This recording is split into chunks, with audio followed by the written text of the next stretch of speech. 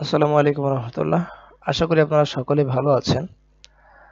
আমি আমার গত ভিডিওতে আলোচনা করেছিলাম জাভাস্ক্রিপ্টের দিস কিওয়ার্ড নিয়ে। এটা কি এবং এটার ভ্যালু কখন কি হবে সেটা সম্পর্কে আমরা আলোচনা করেছিলাম। তো আজকে আমরা আলোচনা করব যে এটার ভ্যালুটাকে মনে রাখার জন্য একটা রুলসের কথা আমি বলেছিলাম, সেটার নাম দিয়েছিলাম স্পট রুলস।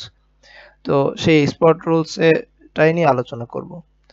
এখানে আমরা দিস এর ভ্যালুটাকে কাস্টমলি সেট করতে গেলে বা দিসকে কাকে রেফার করবে এটা সেট করতে গেলে আমরা তিনটা মেথড ব্যবহার করি, কল, বাইন্ড এবং অ্যাপ্লাই। তো চলুন দেখি যে কিভাবে করা যেতে পারে এটা। এখানে যদি আমি একটা ফাংশন নেই যেটার নাম দিই ক্রিয়েটিং, যে শুধু ক্রিয়েট করবে, এখানে আমি একটা কনসোল জাস্ট দিস করি এবং আমি বলতে চাচ্ছি দিসটা এখন তো বর্তমানে দিস হচ্ছে আমাদের উইন্ডোকে রেফার করবে। আমরা যদি উইন্ডোতে যাই সে আমাদের উইন্ডোকে রেফার করবে, কিন্তু না, যদি আমি চাই যে সে উইন্ডোকে রেফার না করে আমার তৈরি করা কোনো অবজেক্টকে রেফার করবে কোনো ফাংশনের মধ্যে, তো সেজন্য আমরা একটা অবজেক্ট নিতে পারি। সাপোজ পারসন নামে একটা অবজেক্ট নিলাম। অবজেক্ট নেওয়ার পরে তার ভিতরে নেম দিলাম, তারপরে এর ভিতরে আমি বিভিন্ন কি দিলাম, এর ভিতরে আমি একটা আরো একটা ফাংশন নিলাম। তো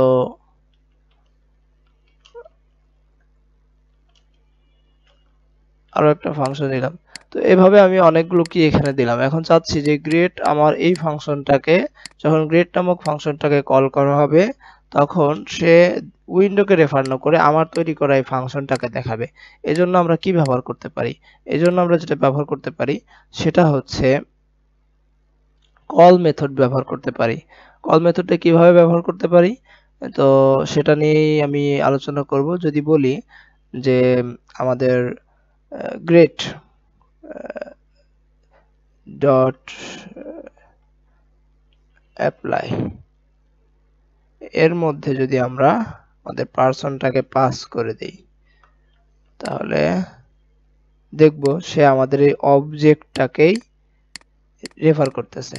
সে কল এবং কল এবং বাইন্ড কল এবং বাইন্ড যেটা আনলিমিটেড প্যারামিটার বা আর্গুমেন্ট এখানে নিতে পারে, এখানে আমরা দিতে পারি, বাট অ্যাপ্লাই হচ্ছে শুধুমাত্র দুইটা ইয়ে নিতে পারে।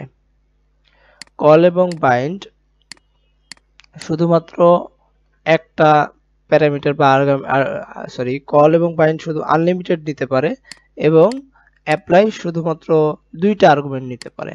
এখানে আমরা বলতে পারি যে সে তো পার্সনকে ইয়ে করলো এবং পাশাপাশি আমরা একটা অ্যারে এখানে সেট করে দিতে পারি বা অ্যারেকে অ্যাজ এ আর্গুমেন্ট হিসেবে পাস করে দিতে পারি। অ্যারের ভিতরে যেমন ধরেন নেম ঢাকা, এর ভিতরে একটাকে আমরা এখন যদি আপনার সিটি হিসেবে এটাকে অ্যাকসেপ্ট করি তাহলে দেখতে পাবো যে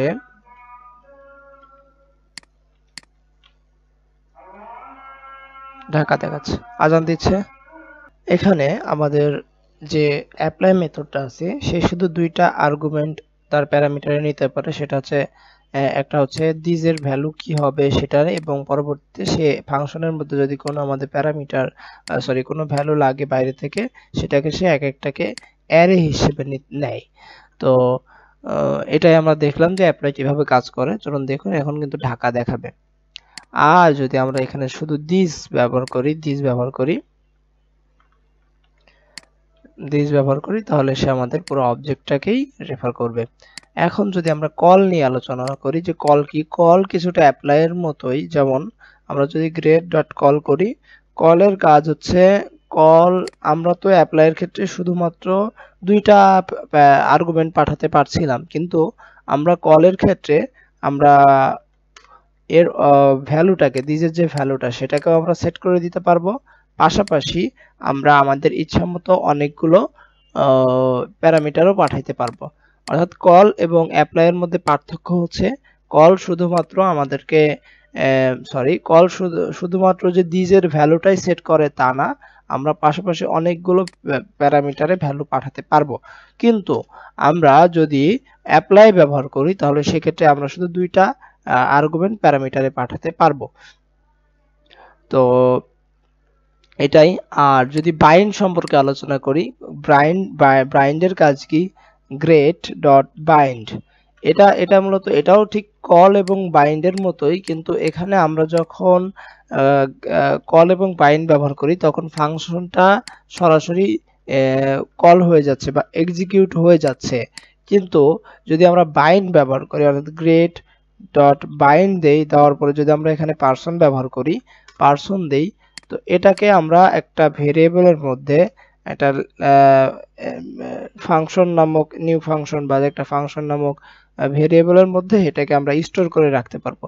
পরবর্তীতে আমাদের যখন প্রয়োজন হবে তখনই একমাত্র আমরা এটাকে কল করতে পারবো, বা কল করলে এটা ইনভোক হবে বা এটা তার আউটপুট দিবে। যতক্ষণ না পর্যন্ত আমরা এই যে নিউএফ কে কল করতেছি ততক্ষণ পর্যন্ত আমরা কিছুই দেখতে পাবো না।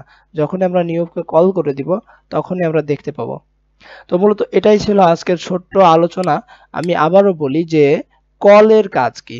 কল হচ্ছে দিজের ভ্যালুটাকে সেট করে দিতে পারে, এবং কল দ্বারা আমি আনলিমিটেড আর্গুমেন্ট আমাদের ফাংশনে পাঠাতে পারি দিজের ভ্যালু সেট করার পরে। বাইন্ডের কাজ কি?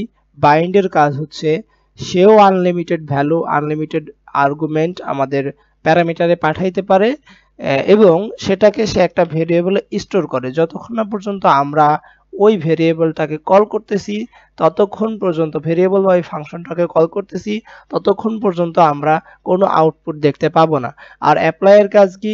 অ্যাপ্লাই শুধুমাত্র আমাদের দিজের ভ্যালুটাকে কনটেক্সটে সেট করে দেবে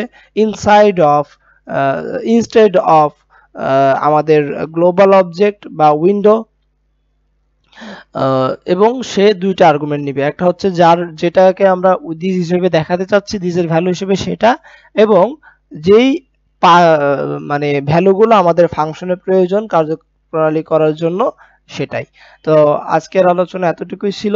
আসসালামু আলাইকুম ওয়া রাহমাতুল্লাহি ওয়া বারাকাতুহু।